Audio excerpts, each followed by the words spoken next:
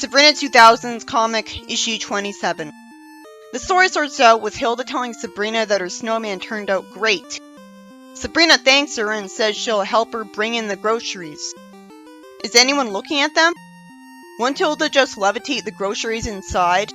She doesn't need any help. Hilda says that she remembers Sabrina's favorite song when she was little was Frosty the Snowman, and Sabrina still loves to hear her sing it. See, if her aunts were always like this, I would like them. I never know what version of them I'm going to get though, so I can't trust them. Somehow, just because Hilda sang that song, the snowman comes to life. The snowman goes into their house after Hilda plans to make Sabrina's favorite cookies. One of the ingredients is bat wings, but wings would be meat. And since when is meat in a cookie? Hilda scolds Sabrina for leaving the door open and not wiping her feet. At least she doesn't punish her for it, because it wasn't her fault. That'd be like punishing her for being given homework. Hilda says that it has to be Sabrina, and Salem even took the spooky jar to another realm convention. Since when does he do that? It'd feel like a lazy hand wave for why Spooky isn't here if we're not told why he was taken to that convention. Hilda tells her to check the thermostat because the house is still chilly. Sabrina says the air conditioner is on full blast, and fortunately Hilda doesn't blame her for that too with the same logic. She hears some noise in the kitchen, and sadly I don't learn exactly why the snowman was making that noise. Hilda shuts the fridge door on the snowman, and asks Sabrina where she got the hat for it. A magical hat would make more sense than Hilda's mere singing bringing him to life when she didn't want that. Sabrina says she found that hat in an old box of men's clothes in the attic, and Hilda lampshades Zelda insisting on hanging on to every family item, including the hat of their hated fifth cousin Zamboni, a selfish, ambitious vaudeville magician. Why does she say he was a very talented wizard just to say that he gave it all up to be a magician? Of course he'd use his magic. If anything, she gave it all up by not being a magician, as in barely using her magic. Sabrina thinks he sounds interesting, and the snowman breaks off the fridge door. To be fair, he doesn't want to be trapped in there forever, but you'd think that Hilda would have just used magic to get rid of the hat and return it to the attic, and then explained all of this to Sabrina. Then the rest of the plot could be about something else, and the plot would look creative for having the effort to have two plots. And again, if they really cared about raising her to be a mortal girl, they would have had all the magical family items in a different house. So this plot won't happen. Hilda complains that it's not enough for Zamboni to have his hat animate a snowman. Now he has to be bigger than others, as the hat makes the snowman start growing. Sabrina tells Hilda that she'd better zap him outside before he wrecks the house. Predictably, she can't undo the spell because the story's not over yet. Because Zamboni's wizardry is out of her league. She should have said that his spell had a lock on it. I hope that's what she means, because it makes no sense that some wizards and witches would be born more powerful than others. What, do they have more midichlorians in them? Why is she saying wizardry and wizard instead of warlock? Those have never been synonyms for warlock in the Sabrina series. Or is there a separate wizard world? Salem was never called a wizard.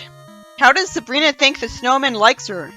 She asks him to go out and play, and he walks straight through the wall of the house. Since Hilda's a witch, it makes sense that Sabrina doesn't care about the damage because Hilda would just repair it. She tells Sabrina to make him sit so he looks like a snowdrift in case the neighbors are looking. Sabrina giggles and says he's fun for some reason instead of constantly dreading the neighbors seeing them. Hilda says that Salem's a warlock and they can handle wizards. Wait, what the fuck? Is this establishing that warlocks are always more powerful than witches because they're men? Wow. I hate false accusations of sexism as much as the next person, but this is just impossible to deny. It's new to the Sabrina lore. If anything, I'd expect the opposite because in the 70s comic, the witches were the dominant gender over the warlocks. At least that tried to be inspiring. This was actually the case in the 70s cartoon as well, because Ambrose said that a witch can't outdo a warlock in that old track Magic. But at least that was from the 70s, so it made sense that they made that mistake. I thought Hilda would go talk to Zamboni and politely ask him to undo the spell on the hat. All she'd have to do was warp him to her, or warp to him, by tracking him down. If Zamboni's still alive, it makes no sense for Zelda to have his hat. You'd think a transformed fugitive would have less magic, warlock or not. Right after they showed faith in Salem to save them, Sabrina and Hilda act like he's making a mistake by choosing to save them. He fires a laser to destroy the snowman, and Sabrina cries, and Hilda says that Salem just altered his form. How is Salem supposed to know? Sabrina basically calls out Salem on not asking what was going on first, but normally would have been much smarter acting right away instead of standing there and talking when he thought they were in danger, something that usually pisses me off in comics. Sabrina's mad at him for blowing up her playmate, and the snowman's snow turns into a whiteout, and Hilda for some reason tries to pull Sabrina inside with the snow at the door instead of her just warping Sabrina to her. The phone rings, and Zelda calls him, saying that the sudden blizzard has her and Quigley stranded. You remember the witches, right? Couldn't they just get rid of the blizzard? It sure is polite of Salem to lie to her that everything's fine at home. I assume that Zelda and Quigley are on their way to a place they don't know the appearance of yet, so they can't just warp away to stop having this problem. If they were actually on their way home, they'd just warp, with any car. Immediately, they see a breaking news report about the town being buried by a freak blizzard. The meteorologist says that the good news is the storm seems to be letting up, and the news reporter assumes that some prankster has been all over town creating tiny little snowmen everywhere. This is interesting. That hat gave life to all the snow in the snowman, thankfully without giving him annoying dialogue, too. If all of the snow in him is alive, and there's no reason for him to be able to move scientifically anyways, then it makes sense that all that blizzard snow could shape itself into a bunch of little snowmen. I doubt this ever happened in Frosty the Snowman. So this is actually using the concept in a new creative way, making the ripoff worth it. Why does Salem remember Zamboni's graduation party at Wizard University when Salem's never been there? I guess it was so wild even outsiders remember it. Salem shows them all a green chalkboard with pictures of his plan.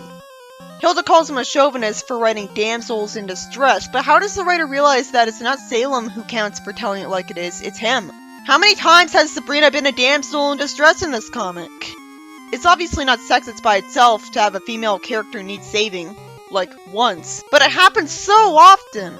Salem has the common sense plan to find the hat and stop this rampaging magic. Sabrina asks how they can find the hat when it's buried under tons of snow apparently. I have to assume that the hat itself is enchanted, so they can't just warp it to them. Salem magically creates a burning bubble around him and Sabrina to walk through all the snow. Wouldn't Hilda have been able to do this too? They needed him because it was his plan, but couldn't one of them have thought it up? But if Salem's laser didn't destroy the snowman, which you'd think would be hot like this anyways, then wouldn't the snowman still be alive as water? But the point is, they'd find the hat and be able to pick it up. Hilda tells them to hurry because it's wrecking her hardwood floor, as I'm grateful that I'm not literally being told that only a warlock could cast a spell like this. And so the only reason they needed a guy to bail them out is because they were dumb enough to need his idea. Salem says he can locate the hat by sensing its radiating waves of magic energy. He's having trouble, so he says the surface so that he can get his bearings. Sabrina sees thousands of snowmen, and somehow Sabrina thinks it's scary even though she's a witch surrounded by fire who could do anything. How are they supposed to know which hat's the right one? How the hell was another hat even summoned? I could understand the snow being granted the ability to move with a mobility spell, but I wasn't told it could summon new hats too. When they find the hat, and Salem knows it's the right one because he senses so, she wants him to bring it inside. Salem calls her bonkers because obviously he should destroy it. The writer must have known she was bonkers for that suggestion, but why did he write it anyways? The snow disappears, as the news says, and Hilda tells them nice job, and Sabrina says thanks. At least we find out why Zelda and Quigley went out. They bought snow peas that were for sale at the farmer's market. They spent the afternoon cooped up in there until the snow cleared out. The story ends with Sabrina not being hungry because the peas have the word snow in them and she had to deal with snow a lot today. That story was a lot to take in, but it was actually interesting with an overall plot I could kind of respect. It mostly kept me invested in it. In the next story, Sabrina has a star around her with magic and tells her aunts that she told her she'd be a big star someday. And Hilda says that she knows because she's been telling them that for 2 weeks. I'm glad nobody's yelling at her for using magic casually. And it's sad that I have to compliment this now. Sabrina says that ever since she saw that Broadway musical, she's wanted to be a great singing star, and she uses magic again to show them some dinosaurs singing with a hologram. They don't insult her for doing that either. She can't sing at all though, realistically. It's nice of them to try to humor her, but it would be better parenting to be honest with her so she'll give up. Salem actually is honest with her, and is glared at for his honesty as she learns her lesson and thinks she'll never be a good singer. Let me get this straight. Their morality is, honesty is bad. I mean, they do have to hide being witches. Couldn't Sabrina at least get singing lessons? Maybe her despairing too much to try to do that is why they're mad at Salem. But Salem was just being smart by getting her to stop and nipping it in the bud. So why doesn't she cast a spell to make herself a great singer? To be fair, that wouldn't be well earned then. There's no satisfaction in that. Salem uses Spooky to make Sabrina a great singer instead, trying to make it up to her. Never mind the fact that she should be able to figure it out because she'd remember.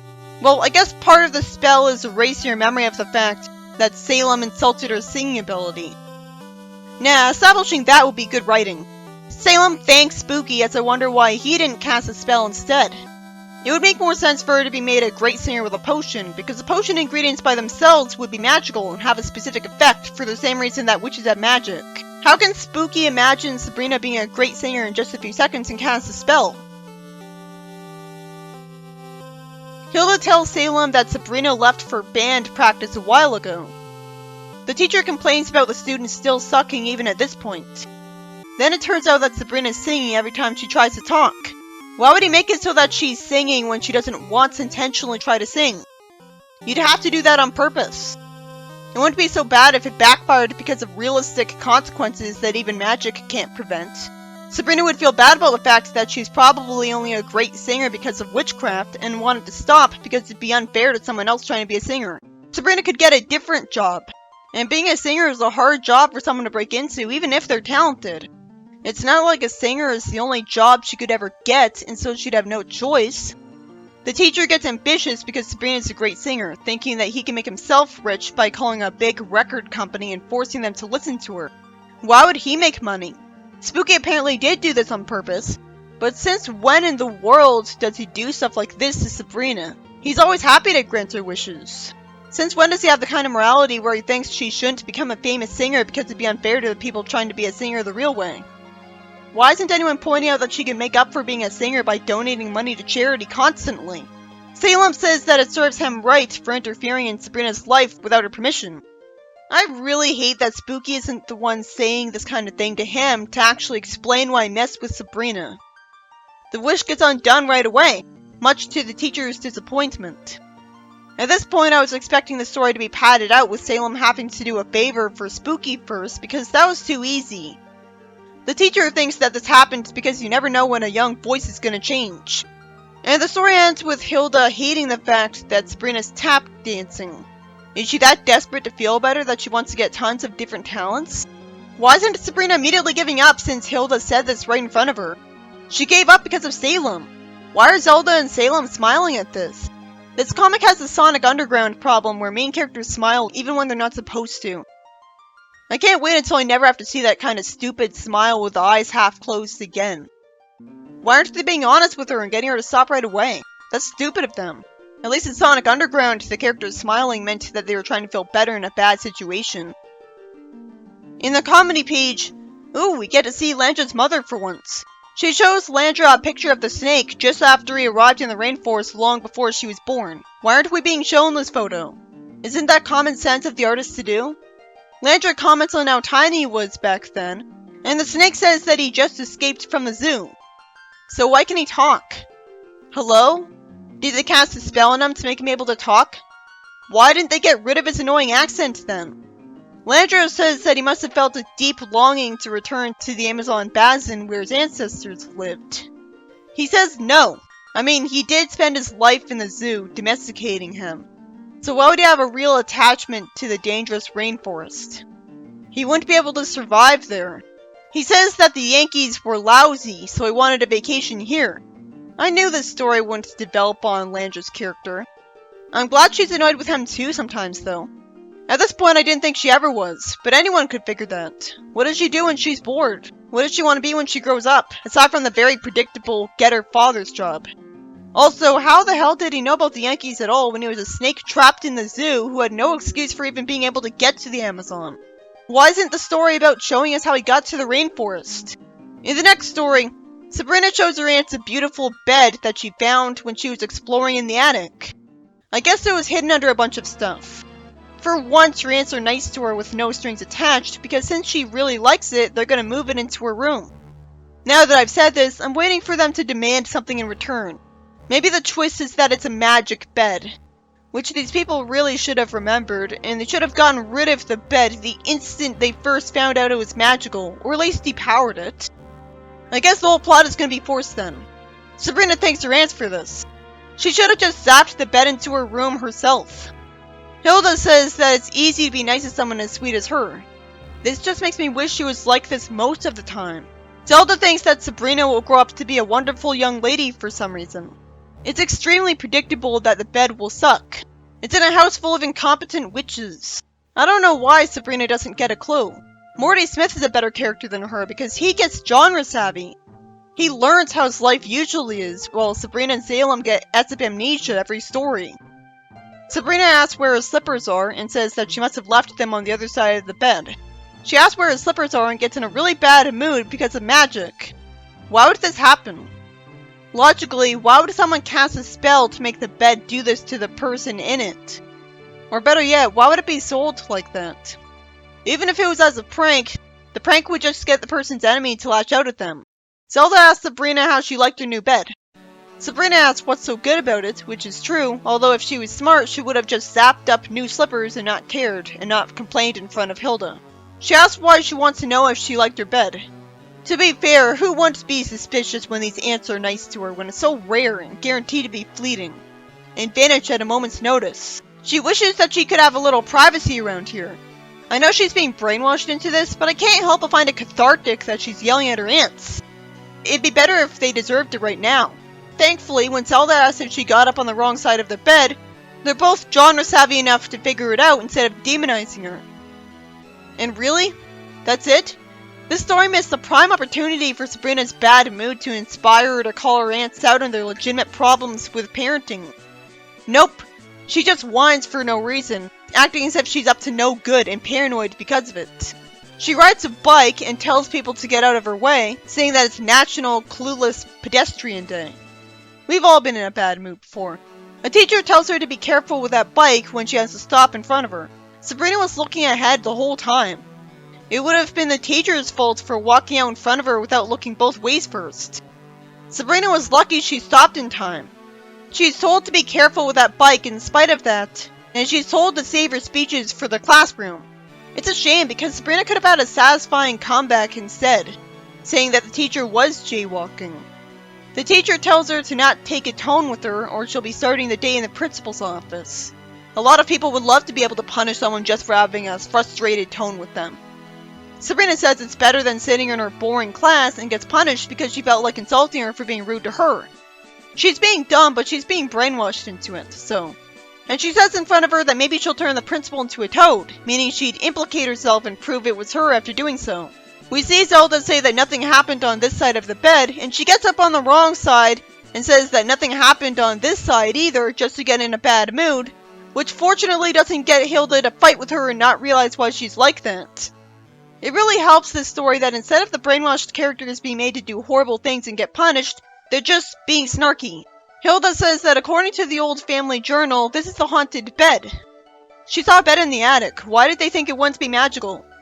A lot of the things in the attic are. Hilda thinks Sabrina could use her help right now. I guess we're supposed to know that the reason she doesn't simply warp her home is that she doesn't know who would witness that. So she wouldn't know whose memories to erase. But a spy witch would do that anyways. Just before Sabrina could turn the principal into a toad, having fortunately wasted the time telling him she's a witch first, Hilda and Zelda warped to her. Apparently the idea of someone witnessing teleportation wasn't such a big deal to them. Especially since Hilda was nice enough to make the principal dazed to not question this. and cast a spell in the school so that no one will remember Sabrina's bad behavior. Wow! They even high-five! I guess when he asks whose office this is, that's only temporary. Or else that'd be awful and he'd get fired quick. Zelda tells her nice work as they're being good aunts for once. I gotta make a separate list of all the good moments they have. The story ends with Sabrina being uncharacteristically angry for no reason because she doesn't want to take out the trash a second time. And Hilda says that she's just acting like a normal teen. The first story, by Mike Gallagher, is about Sabrina's fifth cousin's magic hat making a snowman come to life after Sabrina took it out of the attic and put it on its head. Which could have been avoided if she simply zapped up a hat instead of being taught not to use her magic. Why did Zelda keep that hat? Especially since Zamboni's still alive. And is he really that much of a pain in the ass that they won't just ask his help on doing the spell? Instead of getting Salem to melt the snow and find the hat manually. It'd also be a second for Hilda to simply take the hat off right after she saw the snowman. She'd do it faster than it could react. Why wasn't it explained that the hat itself can't be warped with magic? And apparently part of the mobility spell in the hat was also warp other hats and stuff to the snowman so that anything with a spell on it looks like a snowman, not snow. At least it can be assumed that the hat makes anything it's affecting immune to magic. The plot was intriguing the whole time at least. I was impressed at seeing Salem run through the deep snow surrounded by fire. The second story, by Angelo, is about Salem using Spooky to give Sabrina an awesome singing voice. Look at the two different middlemen I had to mention instead of just saying Sabrina. There's never any indication that Spooky was the type to intentionally make a wish get granted badly for no apparent reason. He should have been the one saying that served Salem right for meddling. Spooky makes it so that Sabrina sings whenever she talks. If he actually wanted to teach her a lesson to make her grow as a person, he'd let her learn that it's not satisfying to be a singer if you got that way from magic. He could give her a dream about that so there'd be no harm done, even temporarily. The third story is yet another story where something from the attic turns out to have a magical spell in it that causes trouble. It's a plot device that's gotten so predictable that I immediately predicted the bed was magical. Why don't these Ansevers use magic to get rid of all of the magic in the attic stuff just in case? If they use the spell to get rid of all of the residual magic in the house, then how the hell is there still magic in the attic family heirlooms? Sabrina wakes up in a really bad mood and gets herself sent to the principal because the teacher walked in front of her bike without looking both ways first and just told her to be careful instead. Too bad Sabrina didn't call her aunts out on why they're annoying parents. The only reason Sabrina wouldn't assume her inexplicably bad mood was the bed's fault is that she'd assume it was stress from her aunts finally breaking her, so she would have called them out. I found it kind of entertaining reading the mad lines of Zelda and Sabrina, and I'm glad they saved her. If all they had to do was cast a spell though, I don't know why Sabrina didn't cast a spell to make herself in a good mood again right away, which a ton of people would do. What did her Aunt Hilda do different from what she would do to return her to normal?